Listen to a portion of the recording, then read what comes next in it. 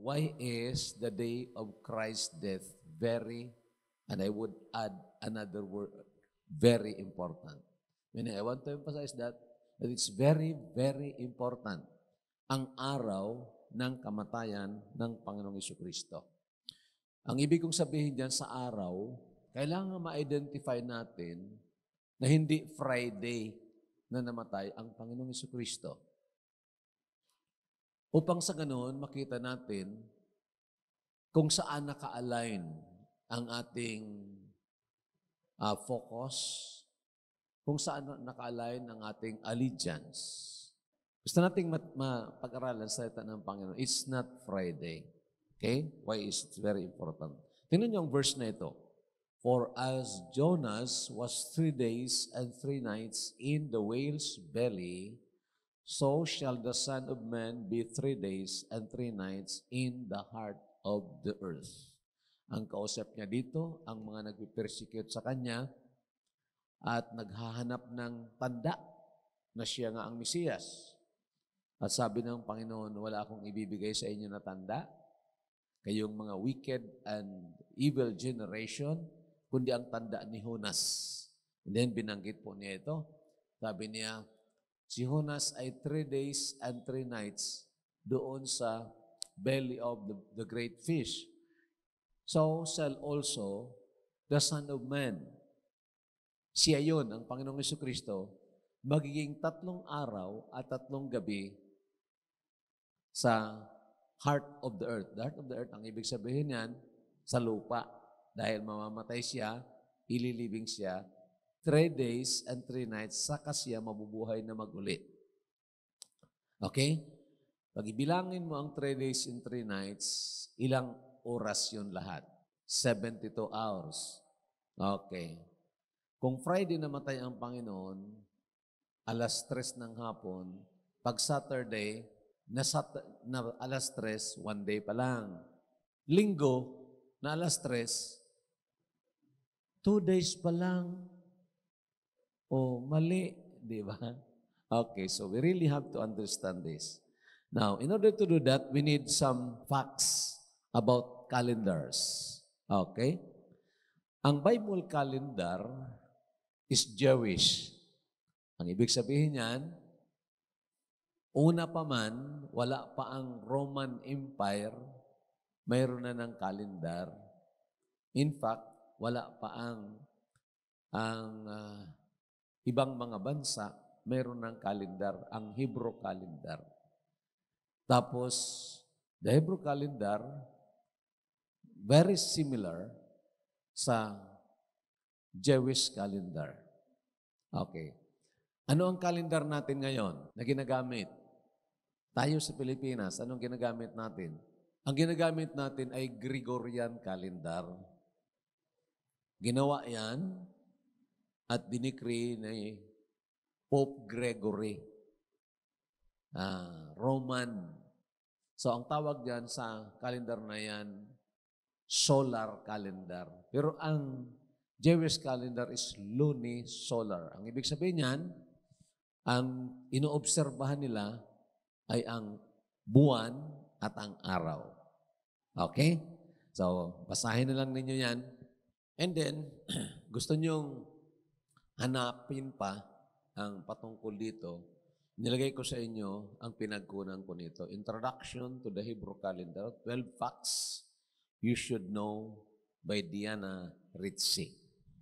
In the Old Testament, written in the book of Exodus, that the Jews have used a lunisolar calendar ever since they departed Egypt. Okay? Paglabas nila sa Egypto, ginamit nilang lunisolar. It's believed that the first commandment the Jewish people received as a nation was to determine the new moon. Very soon after that, the Jews received the commandment to make sure that Passover falls in the spring. Bakit mahalaga sa mga Jewish ang pag-obserba nito? Kasi may utos ang Panginoon. Tapos, ito ay very important kasi it would be it is a celebration na dapat eksakto in the spring. Okay? At ito nga ang tawag na Passover. Siguro may knowledge kayo tungkol sa Passover. Ito pa ang sabi, ang unang buwan, ang tawag dito ay Abib. Abib, the month that marks the beginning of spring, is the first month. The following months are referred to as the second month, the third month, and so forth. Wala dati noon ng January, February, wala. And by the way, January ay isa sa mga Diyos-Diyusan ng Roma. Okay? So, pero noon, ano lang yan sila? It is called, ang calendar nila, by the first, second, and third, ganon. The Bible mentions the names of many of the other months besides Abib. The second month is named Zib, 1 Kings chapter 6, verse 1. Etanim is the seventh month, 1 Kings 8:2. And the eighth month is known as Bul. So lahat yan, may mga first month, second month, and later on, tinawag nila sa pangalan. Ang mga rabbis, ay yung mga teachers of the law sa Jewish calendar, determinado sila. They determine that the start of a new day begins precisely when the sun goes below the horizon, meaning at sunset. Okay? Anong ibig sabihin? Ang pagsimula ng bagong araw ay pag lumubog na ang araw. Halimbawa, ano ngayon? Linggo. Mamayang gabi o mamayang hapon, about 6 p.m., pag lubog ng araw, simula na ng Lunes. Okay? Sa atin, iba, midnight pa sa Gregorian calendar, ang linggo hanggang hating gabi. Bakit kaya hating gabi? Ano? Oo. Ang simula ng bagong araw, 12:01, mamayang hating gabi, yun ang Lunes. Pero sa Jewish calendar, pag 6:01, mamayang gabi, Lunes na yon. Okay? Nakuha? Okay. Sa Exodus chapter 13, we want to be reading this. Mga background lang muna ito, and then we will come to the conclusion. And Moses said unto the people, remember this day in which you came out from Egypt, out of the house of bondage. For by strength of hand the Lord brought you out from this place. There shall no leavened bread be eaten. This day came you out in the month Abib. Okay, so maliwanag yan, month Abib, first month yun. Balikan natin ang chapter 12. And the Lord spake unto Moses and Aaron in the land of Egypt, saying, this month shall be unto you the beginning of months. It shall be the first month of the year to you. Speak ye unto all the congregation of Israel, saying, in the 10th day of this month, meaning the month Abib, they shall take to them every man a lamb. Kukuha sila ng isang karnero. According to the house of their fathers, a lamb for an house. Okay? And then, sabi sa verse 5, your lamb shall be without blemish, a male of the first year.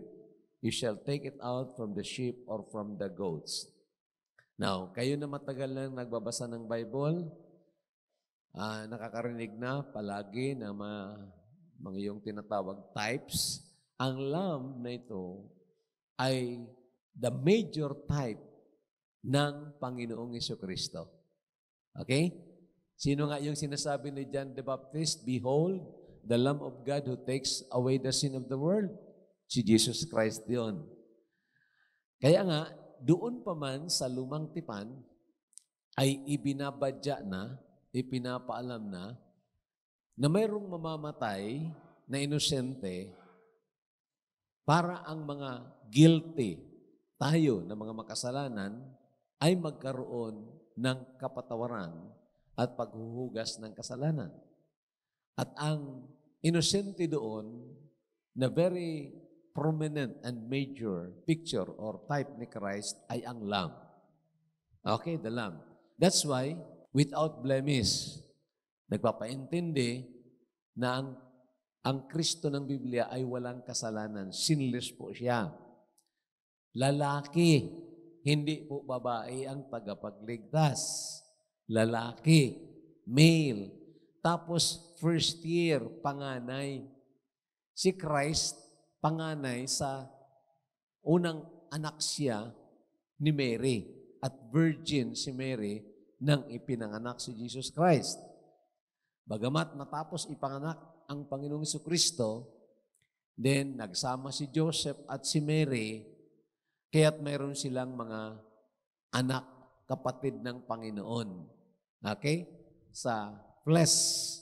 At ito nga, binangalanan sa Matthew chapter 13. Ibang-iba sa itinuro ng Roman Empire. Okay? Male of the first year, panganay.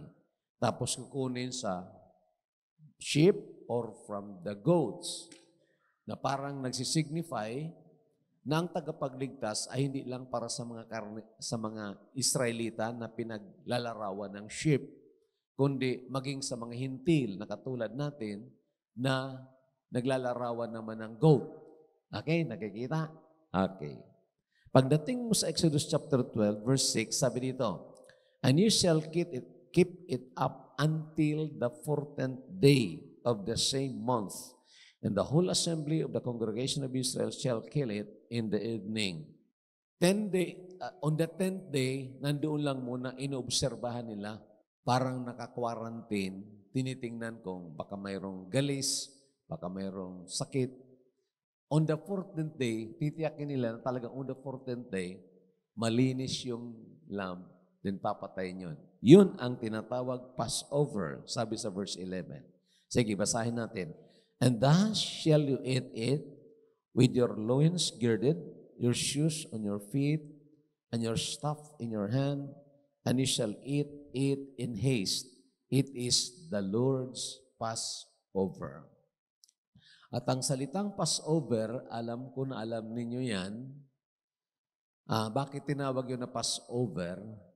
Kasi ang mga bahay ng mga sumunod doon sa utos, mga Israelita, na kailangang lagyan nila patayin nila yung kordero, lagyan nila ng dugo sa kanilang mga poste, mga pintuan, lintel post and the upper post. And then, pagdaan ng anghel ng kamatayan, lalagpasan sila. That is the word Passover. Lalagpasan sila dahil may dugo ang kanilang bahay. So, walang mamamatay doon na panganay. Pero ang bahay na wala ng dugo doon, then sila po ay mamatay po ang panganay doon. Okay? So, yun kaya tinawag Passover. Pagbasa mo sa 1 Corinthians 5:7, ito po, tingnan nyo ang verse, "Therefore, purge out the old leaven, that you may be a new lump, since you truly are unleavened. For indeed, Christ, our Passover, was sacrificed for us." So, ang Passover pala, mga kapatid, na ceremony, first feast, unang pista yan, hindi pista ng Romano. Pista ng mga Hebrew. There are 7 feasts, by the way. Ang unang feast nila ang tawag Passover. At ito ay tinatawag high day. High day. Mataas na klaseng araw. Ang buong lahi ng Israel, pumupunta yan doon sa templo para mag-celebrate ng Passover. Okay. Having said that, what day, tanungin mo natin sarili, what day did Christ rise from the dead?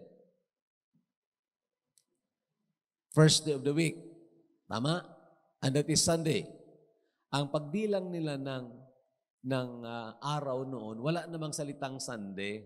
Ang Sunday, galing po yan sa Roman calendar, the Gregorian calendar. Ang pagbasa nila, first day, second day, third day, fourth day, fifth day, sixth day, seventh day. Ang seventh day, Saturday po yan. Okay, ang first day, linggo yan sa Gregorian calendar. So, you can find it sa mga verses na yan. Ang apat na writers ng gospel ay binanggit po talaga nila yan na talagang first day of the week. How many days and nights was Christ buried? Doon sa binasa natin kanina, ilan? 72 hours. 72 hours. Complete po yan. Ang rotation ng earth natin is complete yan na 24 hours. One rotation, one day. So 24 hours, 72 hours lahat-lahat. What hour of the day did Christ die? Anong oras? Anong oras? Sabi ng verse, 9th hour. Ang 9th hour, ang pagbilang kasi nila ng oras, okay? From 6 o'clock in the morning, ang tawag nila first hour. Pag alas 7, okay, second hour. Second hour. 9th hour, alas 3 ng hapon yan. Okay? So, alas 3 ng hapon namatay ang Panginoon. Ngayon, very important, obserbahan po natin ang sinasabi ng Bible. Okay? Para ma-determine natin na hindi nga Friday. John 19:31, kailan namatay? Alas 3. Mayroon silang 3 oras para mailibing. Okay? Kasi, ang susunod na araw ay high day. Alam niyo yung high day? Passover day yan. Hindi sila pwedeng magtrabaho diyan. Hindi sila pwede. Ang days, ang preparation yon sa para papatayin yung karnero, gabi yun papatayin. Okay? So, dahil nga, ang preparation ng Passover ay palapit na, kinakailangan na ang mga katawan doon sa cross ay kailangang alisin. Bakit kailangang alisin? Kasi the following day, Passover, hindi nila pwedeng tanggalin yun doon. Okay? Naintindihan? Kaya binigyan ng Banal na Espiritu ng pagpaliwanag yan, for that Sabbath day was an high day. It's not the regular Sabbath. It's Sabbath day is yung tawag sa rest. Kaya kinausap nila si Pilato na ang mga paa ng mga ipinako doon sa cross ay bali pagbabasagin o kaya't basagin yung mga bones nila. Kasi yun ang nagsusupport sa kanila para makahinga. Pero pagdating nila doon, si Jesus Christ, patay na. Kaya hindi na binasag yung mga paa niya. Eksakto sa sinabi ng Bible, not one of his bones will be broken. Pero yung mga magnanakaw, dahil ayaw talagang magsuko, ayaw pang mamatay, si Jesus Christ voluntaryo na binigay niya ang kanyang buhay. So, hindi siya namatay dahil sa crucifixion. Namatay siya dahil kusa niyang ibinigay ang kanyang buhay. Pero yung dalawa, kailangang baliin pa yung mga binti nila para hindi na ganoon na makakuha ng hangin. So, namatay sila by suffocation. So, very important ito. Okay? There's another verse, verse 42. So there they laid Jesus because of the Jews' preparation day, for the tomb was nearby. So alam ko na alam ninyo yan, ang pinaglibingan ng Panginoon ay hiniraman na libingan kay Joseph of Arimathea. At ang dahilan kung bakit doon inilibing, isa sa mga dahilan, dahil malapit lang ang libingan na yon. Meaning sa loob ng 3 hours, magagawa nila ang pag-imbam. Naalala nyo, gin-imbam siya. Nilagyan ng mga spices, tapos pinaikutan ng cloth, tapos dinala doon sa dati ng naukit na nalibingan na supposed to be kay Joseph Arimathea, ibinigay kay Jesus. So ang dahilan bakit doon? Dahil malapit lang yon. In a matter of 3 hours, kaya nilang gawin yon. Okay? Now, that is a support, pagpapaintindi sa atin na Passover nga namatay. O kaya susunod. Passover nga ang susunod na araw. Okay. Ito pa, very important din ito. How did Judas, the traitor, die?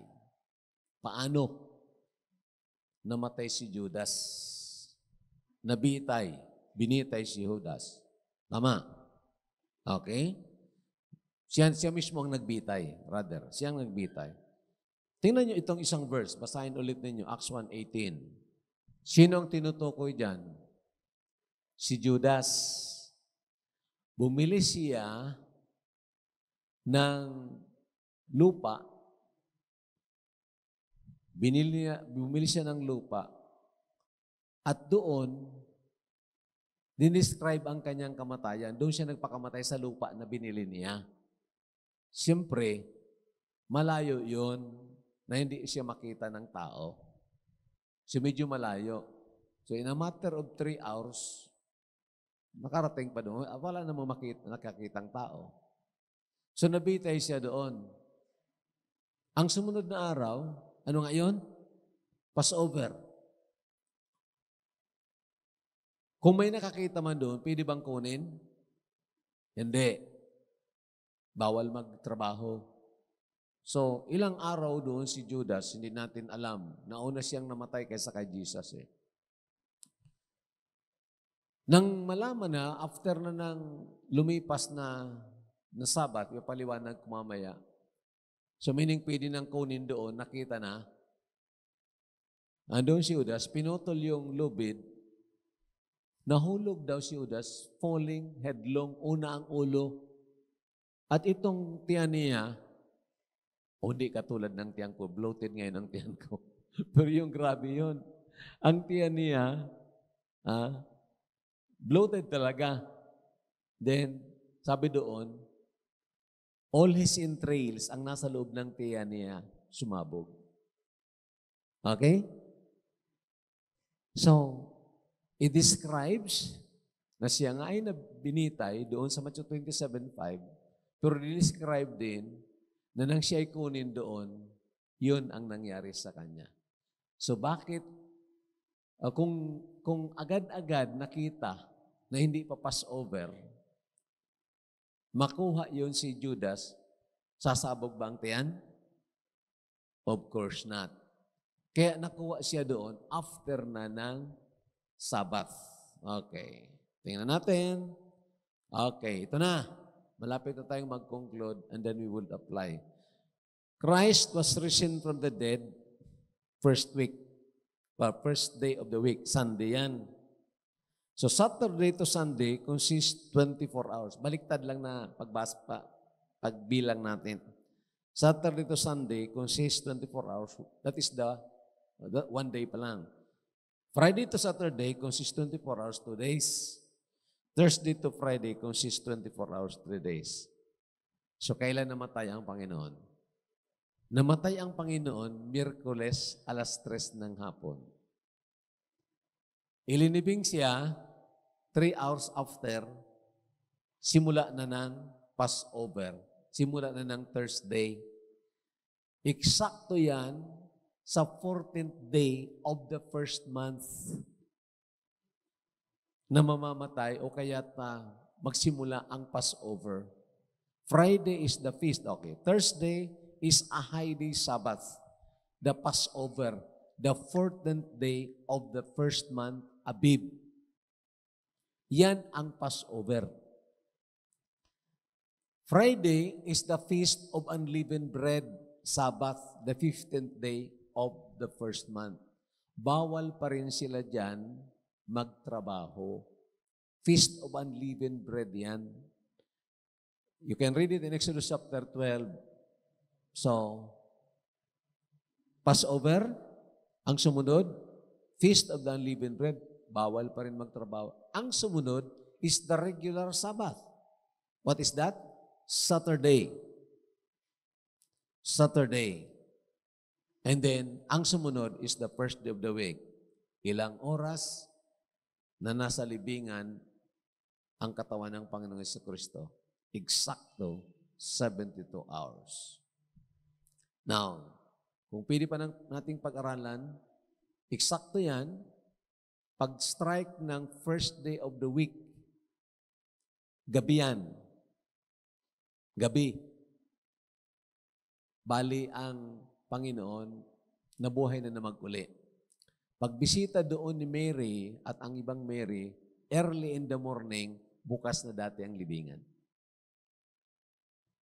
In fact, nasa labas na ang Panginoon. Thursday is a highly Sabbath. Okay? Pakinggan na natin ito. Now, ito na po, conclusion. Makatulong sana ito sa atin.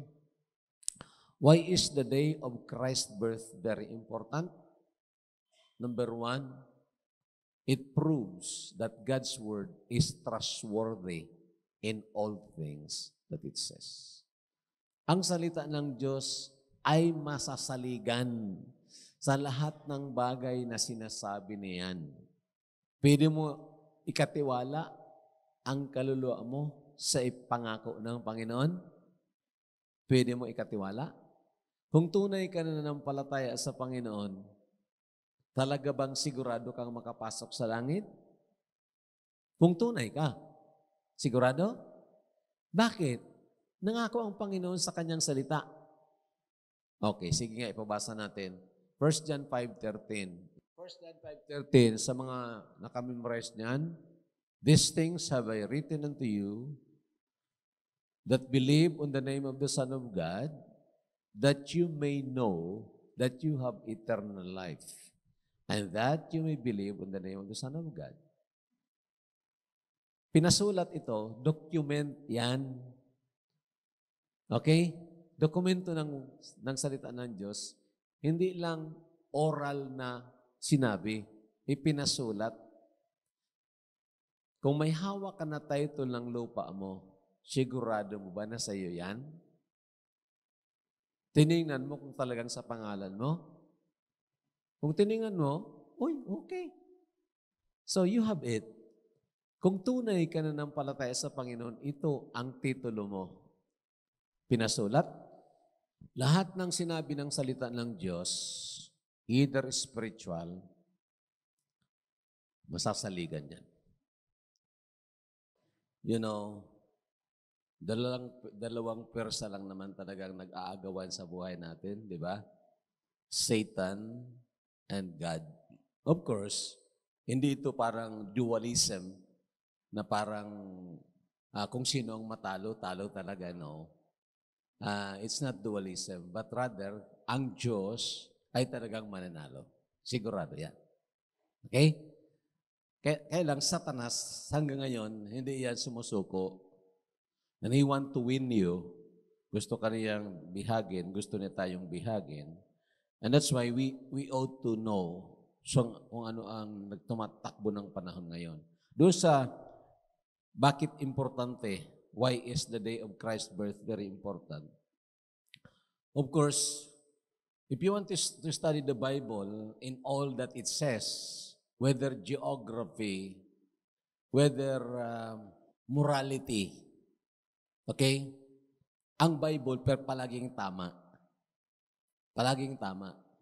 Pag sabi ng Bible, ang lalaki, hindi pwede mag-asawa ng lalaki. Tama talaga yon. Hello? Pero ano ang sinasabi ng sanlibutan ngayon? Okay? Na nagbabago ang panahon, kaya't pwede na ang lalaki mag-asawa ng lalaki. Kita nyo? Sabi ng Bible, heaven and earth shall pass away, but my word shall never pass away. Sabi ng mga ayaw sa salita ng Panginoon, but they say that they are Christians, nagbabago daw ang kahulugan ng salita ng Panginoon depende sa panahon at sa sitwasyon. Ang tawag yan, relativismo. Okay? Relativism. But the Bible is absolute. Okay? It's absolute. Ang sinabi diyan, totoo. Hindi mo yan pwede na bukas hindi na totoo. Tama. Ang babae, hindi pwede mag-asawa ng kapwa babae. So, totoo yan. At ang Bible, ang nilikha, lalaki lang at babae. Totoo yan. Pero ang sanlibutan, ano yun? LGBT, may Q pa. Maya, ubos ang alphabet natin. Ha? Marami ng mga gender. Dalawa lang genders, mga kapatid. I'm saying is, morality of the Bible is always right and true. I'm saying that to you. Don't ever find another standard that is contrary to the Word of God. You will be against God. And you will be with Satan. Okay? Kung minsan akala natin, pwede lang tayo magpili ng standard natin. Ito, ayaw ko na nang sinasabi sa Bible, sobra naman yan. Ang standard ko na lang. No. Ang mga tinatawag nating standards na nagbabago-bago, hindi yan mula sa salita ng Panginoon. Okay?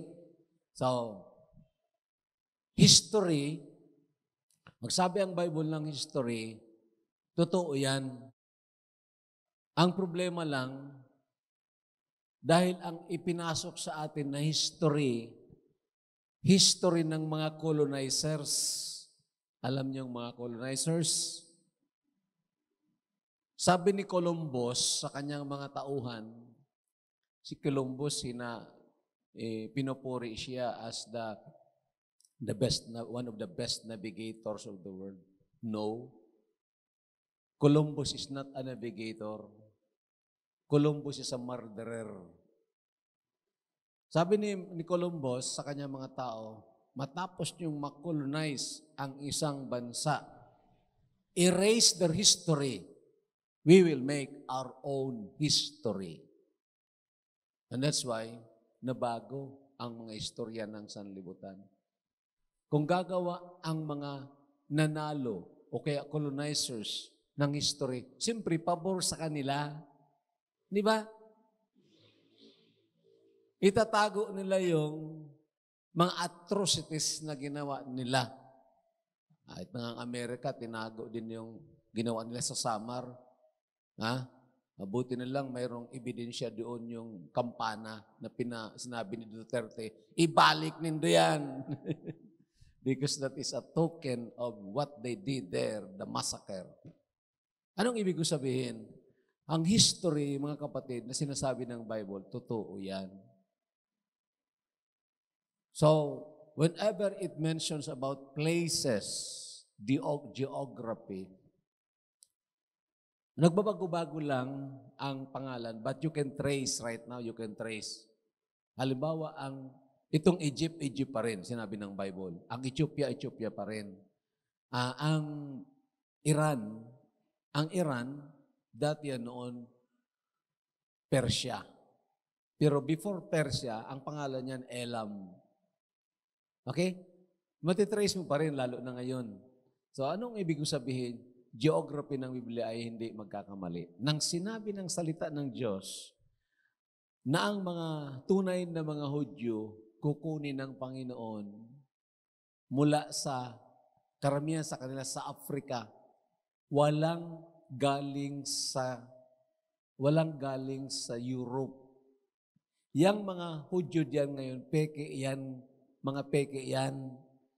Ang mga tunay na mga Hudyo, kukunin pa lang ng Panginoon pagdating ng Panginoon. So, the Bible is always right. Okay? That's why sabi ng Bible, all Scripture is given by inspiration of God and is profitable for doctrine, reproof, corrections, instructions. So lahat po yan na sinasabi diyan. And lastly, itong sasabihin ko sa inyo, I encourage you to read the Word of God, ha? Lalo na kayong mga kabataan. Ang pangalawa diyan, it delivers us from involving in fanaticism, mysticism, and occultism. Now, sino sa inyo ang may lolo noon, inabutan pa yung lolo niya? Sino sa inyo dito? Inabutan mo pag lolo mo. Sino ang nakaintindi ng salitang gabas? Gabas. Gabas. Marunong yun ng gabas? Gabas? Okay. Ginagawa yon every Good Friday. Ang lolo ko kasi,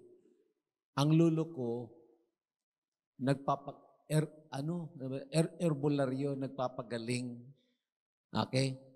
Pero ang lolo ko, hindi ko siya dinidishonor. Pero ang lolo ko, nagpakilala na siya ay sa Diyos, pero dalawang asawa. Okay? Pero ang lolo ko, pag Good Friday, sabi niya sa akin, hindi ko naman nakita yung actual na, sabi niya sa akin, pag Good Friday noon, pumupunta siya sa bundok, uuwi siya pag Resurrection Sunday na. Pupunta siya sa bundok at doon naggagabas siya. Alam niyo yung gabas? Kumukuha siya ng kapangyarihan mula sa Espiritu. Meron daw siya noon ng tamtaman. Ang tamtaman, meron siyang plant na itinanim sa asoge, sa mercury. Na pag may lalapit sa kanya na may sakit, kung mapapagaling niya, preskong-presko ang halaman na yon sa loob ng bote. Pero kung hindi niya mapapagaling, nalalanta yung dahon ng halaman. So, sasabihin lang niya, sige, uwi na. Pag uwi mo, magaling ka na. Pag uwi daw noon, patay na. Kinukwento niya sa akin dahil doon ako lumaki sa lolo ko. Okay? Anong ibig sabihin yan? That is occultism. Pinapaniwala na patay ang Panginoon sa Good Friday. Patay. Kaya noon kami, Miyerkules pa lang, hindi na kami pwedeng magputol ng kahoy. Inabutan ninyo yan? Inabutan ninyo? Okay. Bakit? Pinapaniwala na, pag nagputol ka niyan, tamaan mo baka mapukpok mo o mapalakol mo ang ulo ng Diyos. Nakita mo yun? Maliit pa kami noon yung tinuturo. And that is fanaticism. Okay? Nung hindi pa ako mananampalataya, pag Good Friday, nandiyan kami. Sa simbahan na yan. May dala akong panyo. Ang panyo na yun, kailangan makapunta ako doon sa tinatanggal na Kristo-Kristo. Yung tinatanggal pag 3 o'clock, inaalis na doon sa cross. Paunahan kami niyan. Tapos pag nakapahid kami dyan, mabango kasi nilagyan na ng perfume. Nakapahid ka dyan, wow, may kapangyarihan ka na. Kahit sinong babae na ligawan mo, ganyan mo lang yan, sasagutin ka. Okay? Pagpunta mo doon sa sabungan, para palagi kang panalo, iwagay-iway mo, bawat taya mo, panalo ka. Sinubukan ko yan, talo ako. Ang tawag dyan, fanaticism. Nakita nyo? Hanggang ngayon, may mga gumagawa pa niyan. Yung nagpapalo-palo ng likod nila, na naniniwala sila, pinalo nila yan, nasugat-sugat sila, pero bukas ng umaga, wala na ng latay dyan. Okay? Fanaticism and occultism. Mayroon akong pinsan, mga third cousin ko na palaging nagpapako noon. Papako yan siya pag Linggo ay pag Good Friday. Tapos one time, tinanong ko siya, sabi ko, Manoy, bakit naman nagpapako ka? Sabi niya, para mabayaran ang kasalanan. Pero hindi pa ako. Sabi niya, ako na ang last. Ang inuna ko muna, yung kapatid niya, si Victorino. Sabi niya, ang sumunod, ngayong taon, si Vicente. Next year, ako na. Para sa akin na yan. Sabi ko, sigurado ka na mabayaran mo ang kasalanan mo? Ay, hindi naman. Pero, ginagaya ko lang ang Panginoon. Ha? Ginagaya mo ang Panginoon? Gusto mo talagang gayahin? Sabi niya, oo. Dapat lang gayahin natin ang Panginoon. Okay. Gusto mong gayahin? Kailangan maggaling ka sa langit. Kailangan ipanganak ka sa birhen. Kailangan lumaki na kaya na walang kasalanan. Kailangan ipako ka sa krus at mamatay. Hindi na ipako-pako ka lang doon, pagkatapos ang paa nga hindi ipinapako, hindi ka naman sinusugatan dito. Sabi niya, grabe naman yan. Sabi ko, ganyan, kung gusto mong gayahin. Kailangan mamatay ka talaga doon. Kailangan ilibing ka 3 nights and 3 days. And then, kailangan mabuhay kang muli. Yan, kung gusto mong gayahin ng Panginoon. And you know, that is fanaticism. I tell you, mga kapatid, mga kaibigan, ang Pilipinas ay puno ng fanatisismo, puno ng occultism, at puno ng mysticism. Yung pinapaniwala ka na wala namang basis ang paniniwala na yon. And you know, very important na ngayon, alam ninyo na hindi nga Friday. Ha? Alam ba ninyo, isa pa sa, ito Pilipinas lang sinasabi ko sa inyo, pero dagdagan nyo ng research ninyo. Kung Good Friday hanggang Black Saturday, ano ang ginagawa ng mga Illuminati?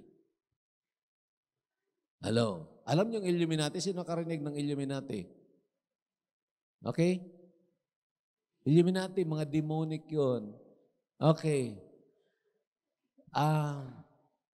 Ano ang ginagawa ng mga members ng Skull and Bones? Alam niyo yung Skull and Bones? Inside the Freemasonry ay ang organisasyon ng Skull and Bones. At ang Skull and Bones, isa sa member doon, si Bill Clinton. 3 days ka na ilalagay sa kabaong, paglabas mo, papainumin ka ng dugo, freskong dugo. Aywan ko kung dugo ng tao o kung dugo ng hayop. Pag inom mo niyan, graduate ka na. Member ka ng Skull and Bones Fraternity. That is occultism. That is satanic. And I tell you, hindi lang po yan sa isang corner. Na lahat po yan ngayon nasa sanlibutan. Pag Good Friday hanggang Black Saturday, may ginagawa po sila. Mga satanismo. So, salamat na alam natin na hindi nga tayo pwedeng dayaan niyaon. So, avoid sa kung anong mga entanglements ngayong sinatawag nilang Semana Santa. Baka may makita ko sa inyo nagprosesyon.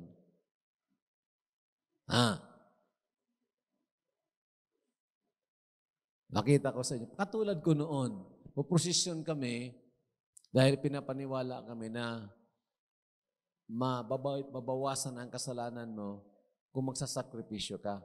So wala kami ng tsinelas, nakaapak lang, tapos hinahanap ko yung mga batiris para masaktan ang paa ko. Tapos yung kandila, inaalis ko yung karton, tapos pinapatulo ko dito ang kandila. Tapos ang akala ko, mababawasan ko ang kasalanan ko. Tapos magpipray ako niyan ng rosary. Santa Maria, Madre de Dios, ruega por nosotros pecadores, aurelia ora de nuestra muerte. Amen. That is demonic. That is occultism. And I'm trying to tell you, do not get involved in those. Okay? Kung tunay ka na mananampalataya, kung hindi pa tunay na mananampalataya na narito ngayon, We are not speaking here of religion. Kalimutan mo ang reliyon. In fact, sabihin ko sa iyo, kalimutan mo kahit ang baptist. Hindi kami reliyon. Hindi mo kailangan yan.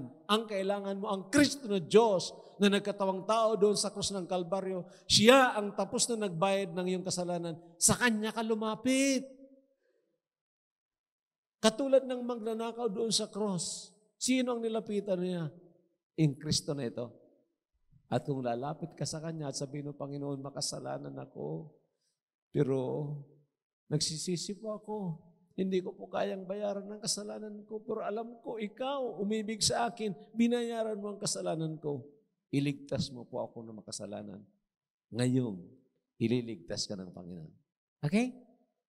Iyon ang tamang pakikipagrelasyon sa tunay at buhay na Diyos.